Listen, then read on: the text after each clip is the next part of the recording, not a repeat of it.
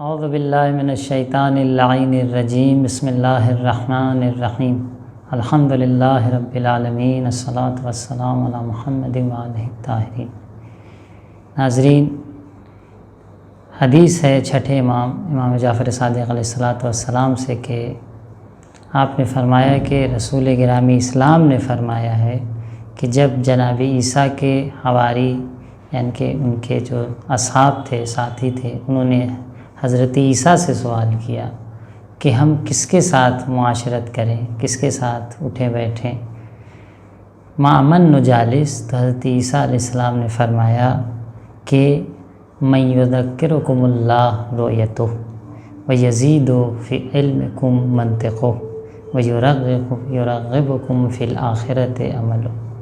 3 point حضرت عیسیٰ علیہ السلام نے اپنے اصحاب سے، اپنے حواریوں سے فرمایا کہ ایسے لوگوں کے ساتھ آپ معاشرت کریں تو آپ کی زندگی کامیاب زندگی ہوگی اور ویسی زندگی ہوگی جیسے اللہ اور رسول چاہتے ہیں۔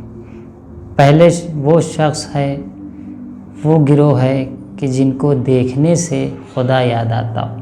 وہ بہت اہم پوائنٹ عزیزوں کہ انسان ایسے لوگوں کے ساتھ معاشرت کرے، اٹھے بیٹھے جن کو دیکھ کے خدا یاد آتا ہو، کیونکہ سب کو دیکھ کے خدا یاد نہیں آتا۔ دنیا میں ایسے لوگ بہت کم ہیں کہ جن کو دیکھنے سے خدا یاد آتا ہو، یعنی ان کا جو ظاہری ان کا رفتار و کردار ہے، ان کا اٹھنا بیٹھنا ہے، ملنا جلنا ہے، ان کا انداز زندگی اور طور طریقے زندگی اس طرح سے ہے کہ انسان جب ایسے متقی، پرہیزگار، دیندار، با ایمان شخص کو دیکھتا ہے تو اسے خدا یاد آ جاتا ہے۔ تو کوشش کریں ایسے لوگوں کے ساتھ اٹھے بیٹھیں جن کو دیکھ کر خدا یاد آئے، نہیں کہ جنہیں دیکھ کر خدا نخواستہ شیطان کی طرف یا شیطانی فکر انسان کے ذہن میں خطور کریں۔ ہوتے ہیں اللہ کے تمام جو دنیا میں بندے ہیں سب نیک بندے نہیں ہیں، سب کو دیکھ کے خدا نہیں یاد آتا۔ بہت سے لوگ ہیں جن کو دیکھ کر انسان برائی کی طرف راغب ہوتا ہے۔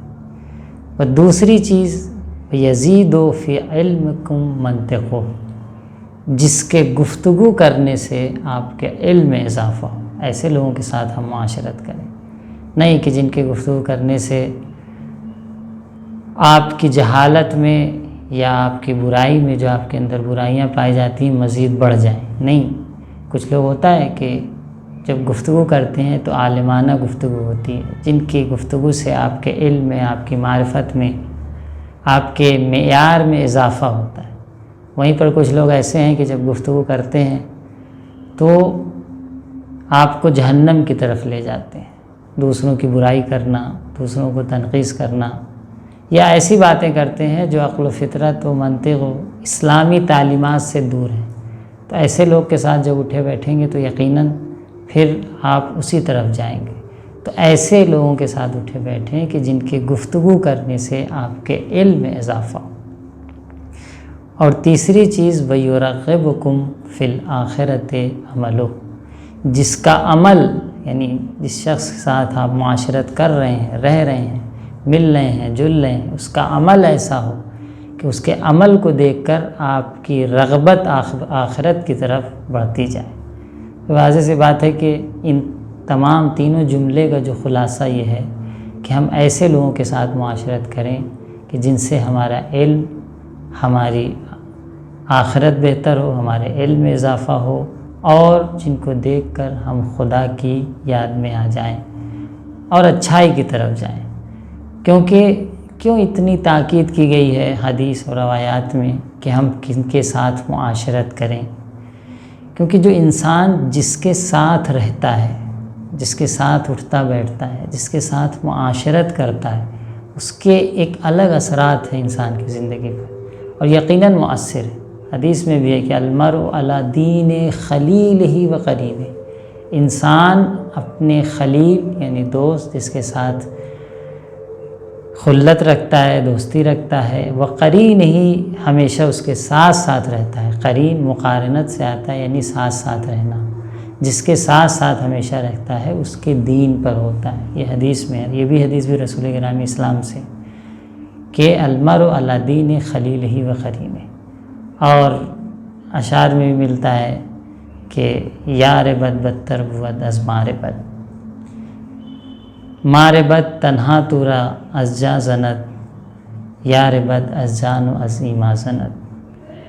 فارسی کے شاعر نے کیا خوب کہا کہ ایک برا دوست، ایک برا ہم نشین، یعنی جس کے ساتھ آپ معاشرت کر رہے ہیں، وہ ایک بدتر سانپ سے بھی بدتر ہے، ایک زہریلے سانپ سے بھی بدتر ہے۔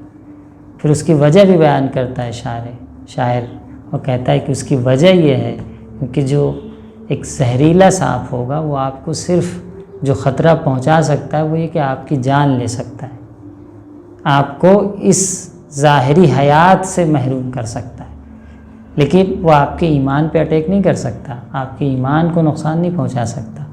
لیکن برا رفیق، برا دوست، برا قرین جس کے ساتھ آپ معاشرت کر رہے ہیں، وہ آپ کی جان پر بھی نقصان پہنچا سکتا ہے اور ایمان پہ بھی نقصان پہنچا سکتا ہے۔ یار بد از جان و از ایما زند، یعنی جان کا بھی نقصان پہنچائے گا اور ایمان کا بھی نقصان پہنچائے گا۔ تو روایات میں بہت ہی کثرت سے کن لوگوں کے ساتھ معاشرت کریں، کن کے ساتھ اٹھیں بیٹھیں، بہت تاکید ملتی، اس لیے اس پوائنٹ پر توجہ کرنے کی ضرورت ہے۔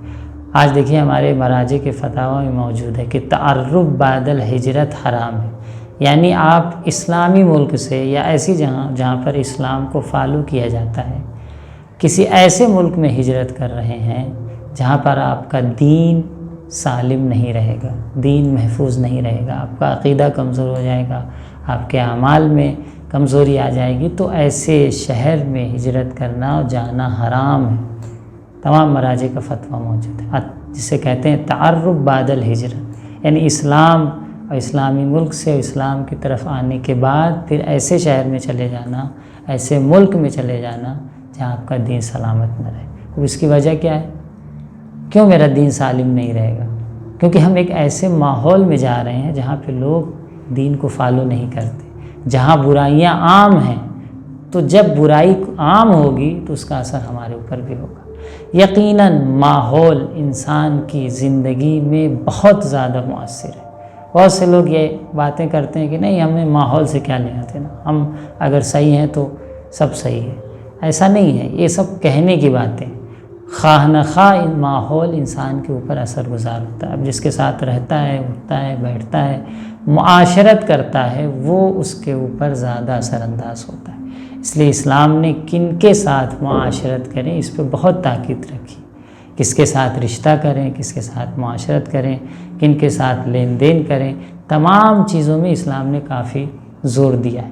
اب آپ دیندار ہیں، آپ ایک نیک انسان ہیں، اپنی بچی کی شادی ایک ایسے جوان سے کر دیتے ہیں کہ جو نماز روزے کا پابند نہیں ہے، حلال و حرام کا پابند نہیں ہے، تو یقیناً جو آپ نے اپنی بچی کو تربیت کیا، نماز روزہ عبادت ہر حوالے سے دینی ماحول میں بنایا، اب جب اس گھر میں جائے گی تو نہ اس کی وہ عبادت رہ جائے گی، نہ اس کا وہ حجاب رہ جائے گا۔ تو ان چیزوں کو دیندار افراد جو ایک اچھے ماحول میں یا نیک لوگوں سے مرتبط ہیں، ان چیزوں کا خیال رکھیں۔ یہ نہیں کہ ہم اچھے ہیں تو اب دوسرا برا بھی ہے تو کوئی نہیں، بہت اثر ہوتا ہے، اور یہ ایک محسوس اثر ہوتا ہے، ایک ایسا اثر نہیں ہوتا کہ تھوڑا بہت کچھ اثر ہو سکتا ہے، نہیں، ماحول پر ہی پورا سماج چلتا ہے۔ اگر اس پہ ہم غور و فکر کریں تو اس کے مثبت اور منفی دونوں اثرات ہم اپنی زندگی میں اور اپنے اطراف میں دیکھ سکتے ہیں۔ تو یہ وہ لوگ تھے کہ جن کے ساتھ ہمیں معاشرت کرنا چاہیے اور زندگی گزارنا چاہیے۔ اب کچھ ایسے لوگ بھی ہیں کہ جن کے ساتھ ہمیں معاشرت نہیں کرنا چاہیے، اور روایات میں ان کے ساتھ معاشرت کرنے کے لیے مذمت وارد ہوئی ہے۔ انشاءاللہ اگلے جلسے میں بھی آپ کی خدمت میں وہ بھی بیان کیا جائے گا۔ السلام علیکم ورحمۃ اللہ۔